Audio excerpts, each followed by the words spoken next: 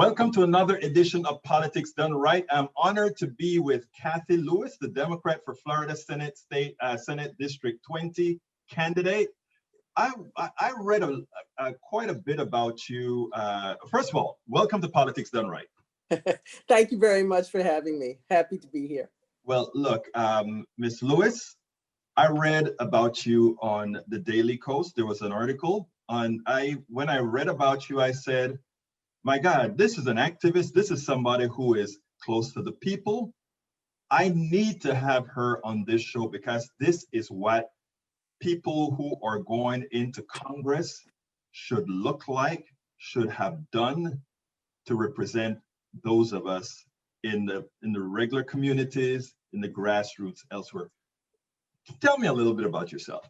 Thank you. Thank you so much for that. Well, first I want to thank, there's so many people that have helped us. Semdem, Zen Trainer, Vet Wife, Bethesda 1971, and Janelle Anthro, and many others. So I want to thank them so much for talking about us and telling our story. As you said, I'm Kathy Lewis. I'm a candidate for State Senate in District 20 in Florida. And this is our second time running. We ran a campaign in 2018. And I was pretty much just an angry parent that got angry about the way the state handles disability benefits and the almost appalling way that is so ineffective way that they set it up where you just can't access benefits. So I got angry about that and wrote to DC and in I wrote to this Health and Human Services Secretary and several others. And in 2 days, my daughter's case was fully funded and ready to go. The benefits, another nightmare. However, the turnaround was so quick when I wrote to DC, I became angry. I mean, is that what parents have to do? We have to write to Washington, DC to get the people in Florida to do their job. So I told my husband, I just can't take this anymore. No one's doing anything about this, and decided to run. No hope of winning, no understanding that I was going against a giant in politics, the senator that was there at the time. And everyone was telling us we were crazy, no one would vote for us, the usual things that a lot of candidates face. However, we overperformed and got 46.5% of the vote. Let me stop you right there. I want you to finish the story, but I don't think people understand that. For somebody who has no real name recognition to have run a campaign as a novice and been able to get 46%. People, let me tell you guys something. That is not marvelous. That is exceptional. And I wanted people, you just said, that just rolled off your tongue. People have to understand what that really meant. So please continue, Ms. Lewis. Thank you so much for that. 46.5% is 3.6% from a win. Yes. So it was a good performance, and considering that we had very little help except for Dr. Fergie Reed at 90 for 90, he was there from day one, and a handful of volunteers. We put together about $25,000 against his well over 300,000.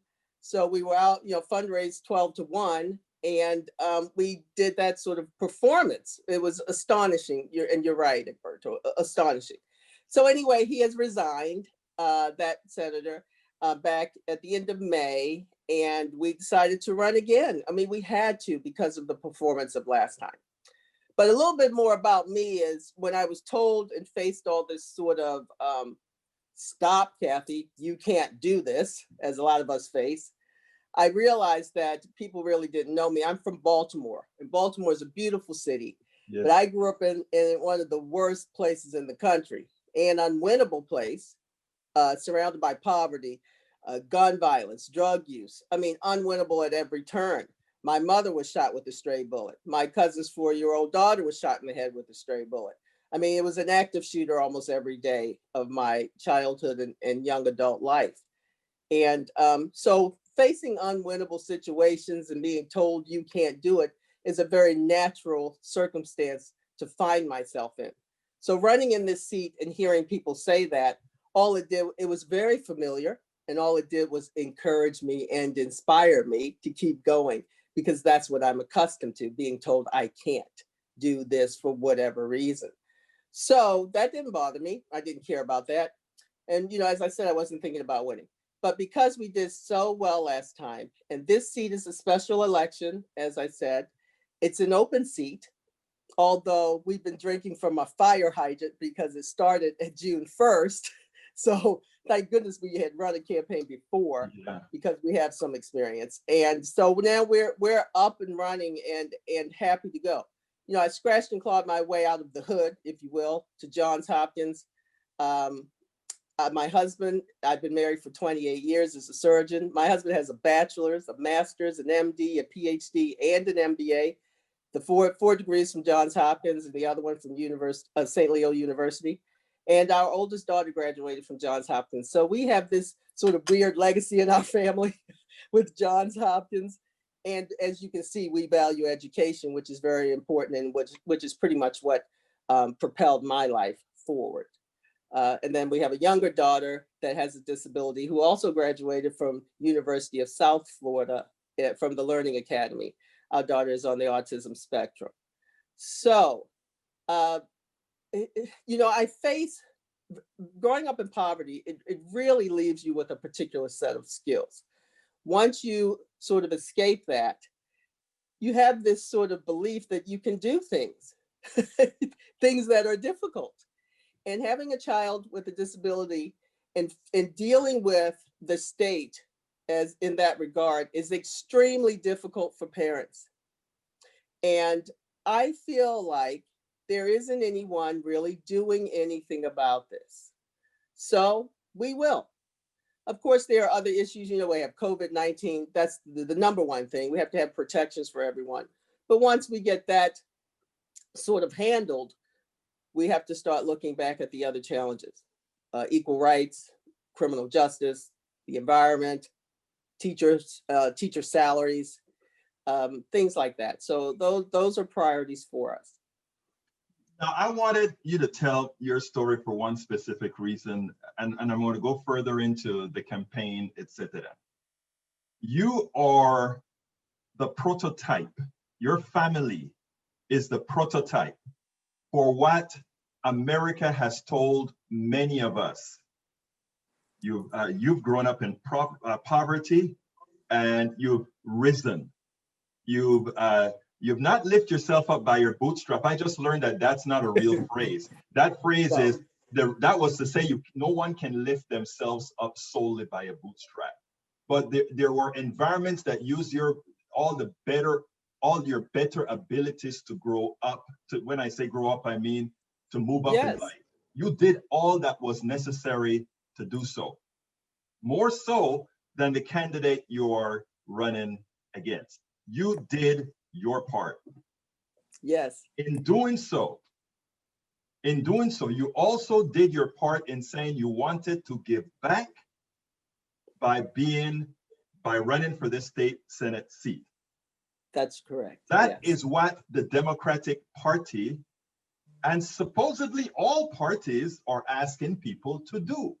Right. And it is something then that one expects to be not necessarily rewarded, but accepted. In other words, you're doing that. Let's go ahead and make sure we lift you up and move you forward. Now let's get to where I'm really heading to. The party. What type of support would you say you have received from the party? Well, this is as delicate as you need to be. Well, this is the challenge. This is what Congressman Lewis talked about, getting into good trouble. There was a Tampa Bay Times reporter that had called me, and he called because he had seen a video of a leader in a Black Caucus meeting answering the question, what is the party going to do for African American candidates, in particular State Senate District 20, which is ours.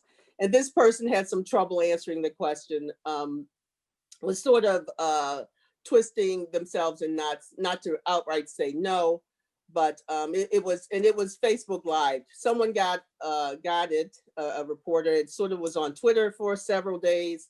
So a reporter called me and said, is the party really not helping you?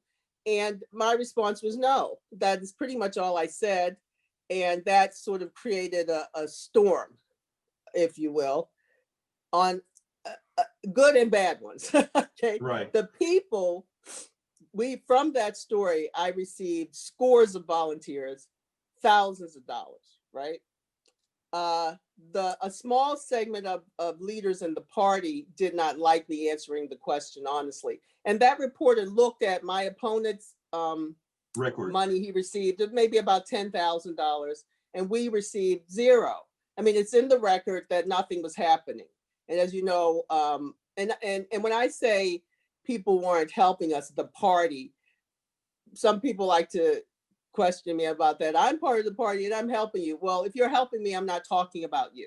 Okay, so I just want to make that clear. But there's some leaders within the party that didn't like me answering and talking to that reporter. So, but prior to that, I had two big donors called me and said they wanted to help our campaign. One had about 50,000, the other had upwards of 300,000. But when they saw the article, it bothered them, which they have the right to be bothered, of course, and called me and said that they were getting pushback when they called certain big donors. Someone within the Democratic Party had told them not to give us money. So the party had told people not to give us money. Now I'm hearing this from these two wealthy people and I believe them. Well, from the one of them. So I thought about what he was saying, they were telling me to, just don't answer the question, don't talk to the press, pretty much.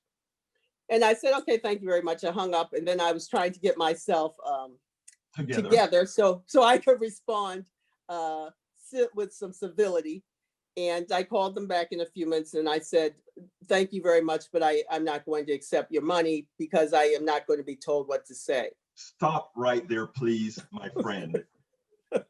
Those that are listening, when our politics become Kathy Lewis style politics, then you know the people that are going to be representing you really means business.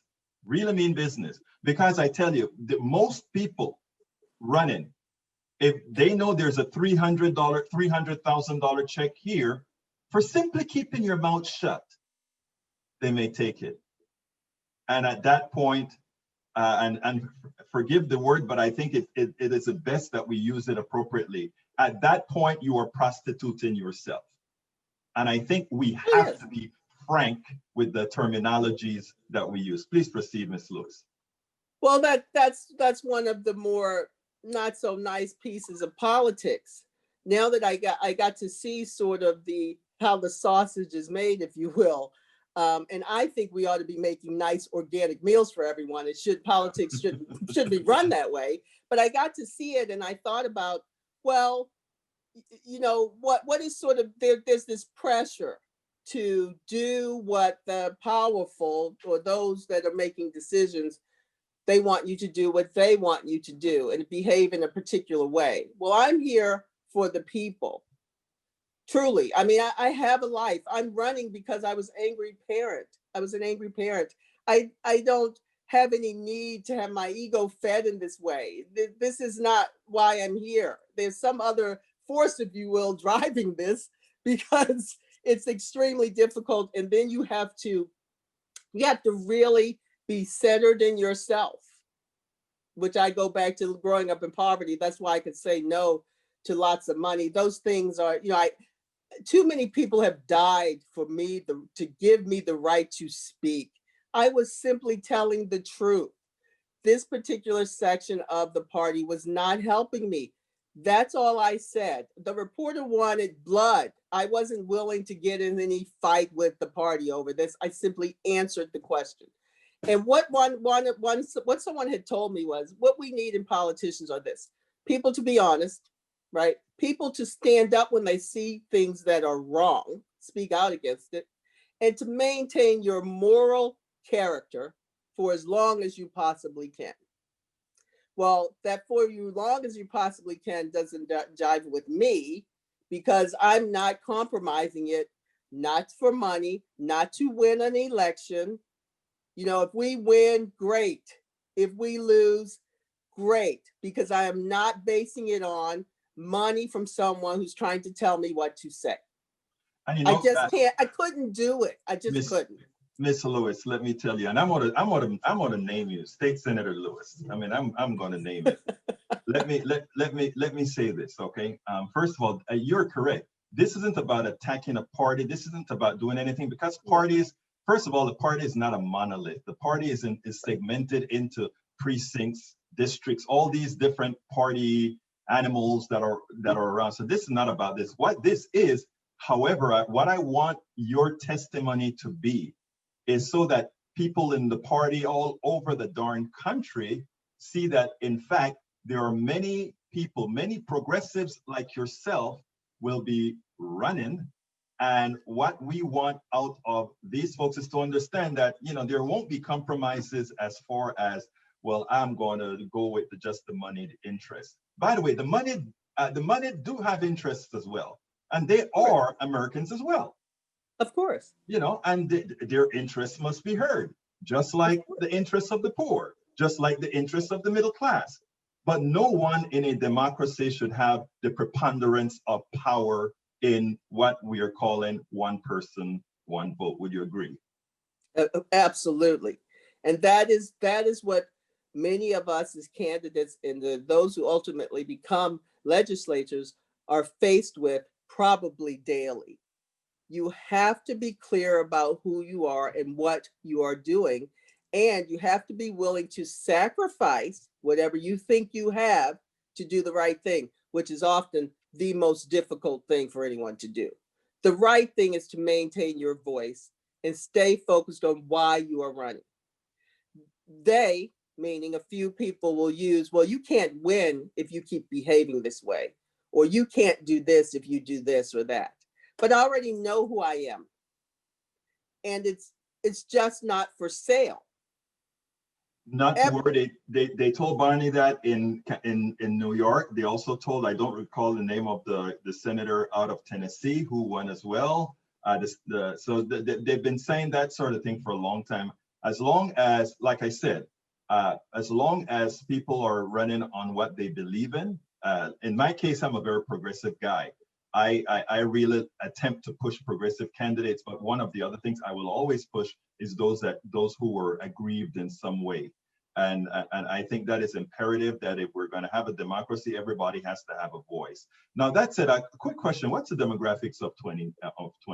Yes, 20 is parts of Hillsborough, Pasco, and Polk counties. We cover 3 counties, and the Polk piece is over in the I-4 corridor, a small piece there. I don't know the exact numbers. We're about 51 or 2%. Hillsborough County, another 35 or so. Pasco, and another 20 or so, or 18 or so in Polk. That's now, sort of how speaking, do you have Latinos, African Americans, white? Yeah. What kind of blend do you have in? Where I don't know the numbers exactly, but I'm in a mostly white district, and that is interesting to some people. That I'm an African American running, and I get a question sometimes. Kathy, what's it like running in a mostly white district? I don't know what those percentages are. I could guess, but I could do an educated guess, but I'm not going to do it because I don't know what they are exactly. But it's mostly white. Let me tell you something. Yeah, go ahead. I'm sorry. No, and people ask me sometimes in meetings, Kathy, what's it like to run, as an African American female in a mostly white district? And all I can say is, didn't they see Hamilton? I mean, race doesn't matter. I mean, the play Hamilton sort of changed all of that. And it goes beyond that, Kat. I mean, it drives me crazy a lot of times, right? Because there's this fallacy, first of all, that if a district is black, it'll definitely, you need to throw a black candidate up. What that does a whole lot of times, it creates a black candidate that doesn't give a damn about the community and does other things. Or if you have a Latino district, you have to get, it's not the case.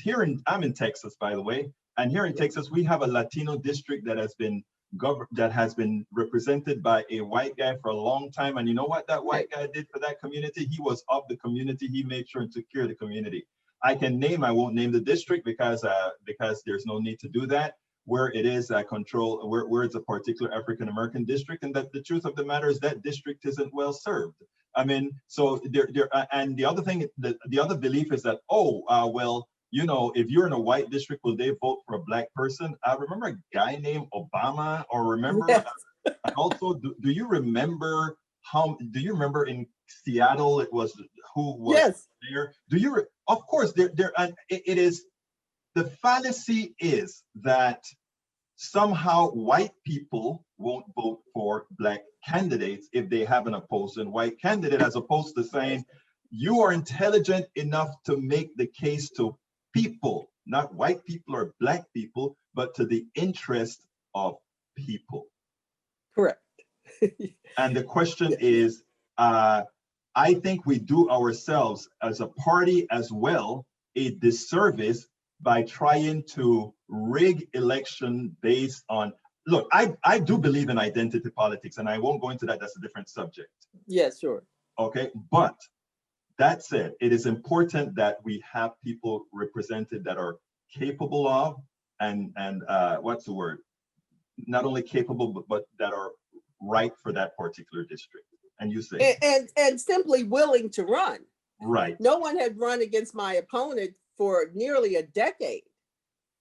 No one. The seat was Lost just given to opportunity. them. You're Yeah. 46%. Your 46% in the first race should have shown lost opportunity. Right. Right? Exactly. Yes. And Yes. that should have been a catalyst for them to say, well, since we are trying to pick up, and you know, Florida is one of those states that I always sit down and wonder, how could you been a Republican state on the state level for so damn long? That's right. Well, this time, you know, because of Dr. Reed and 90 for 90 and Janelle Christensen, we have someone in every race this time. Right. And we're challenging these races, and that's the way we have to start. Absolutely. Otherwise, nothing will change. And it doesn't matter, you know, if you're not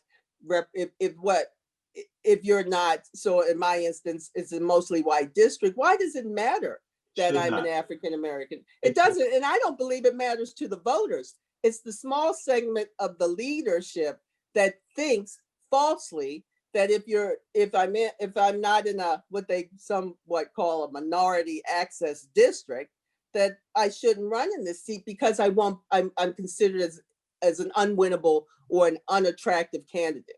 I am going to say something that's not going to go over so well, maybe with you or others, but as it turns out, that is what we call the plantation mentality within several people, not only within the Republican Party, but we're in the party where we won't go there, but you understand what I'm saying. Right, of course. Now, what would you have liked me to ask you that I didn't ask you? What would you like to say that I didn't encourage you to say?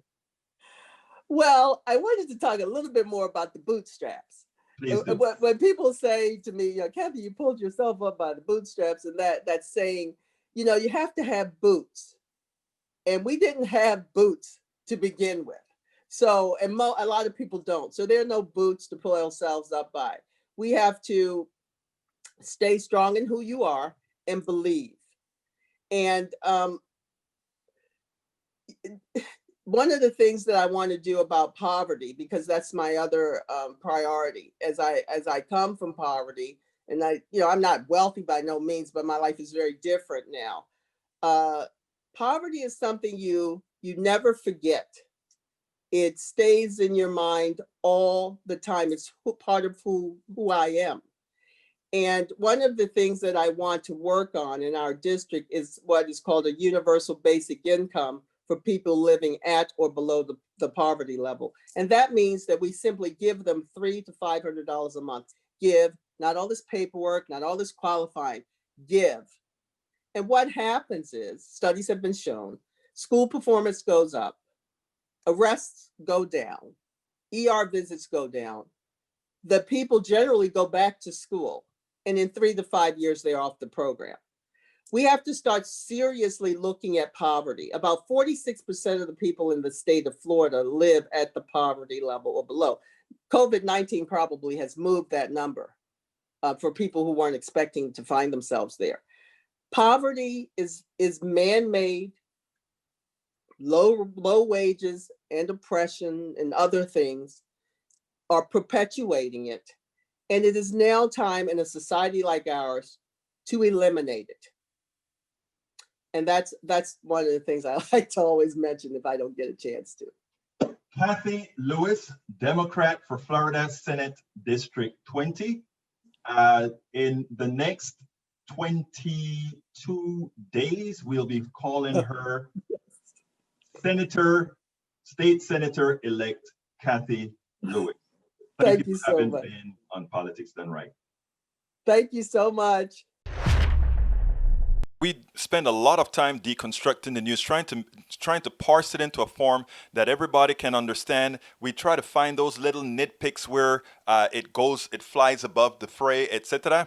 If you really like these videos that we do, I want to ask a big favor. Please go ahead. Number one, subscribe to our channel, and number two, please join if you can. Thank you so kindly for watching. Keep watching. Please remember to share. We must populate the entire internet with our progressive message, a message that we know is what most Americans say that they want. So help us, please join.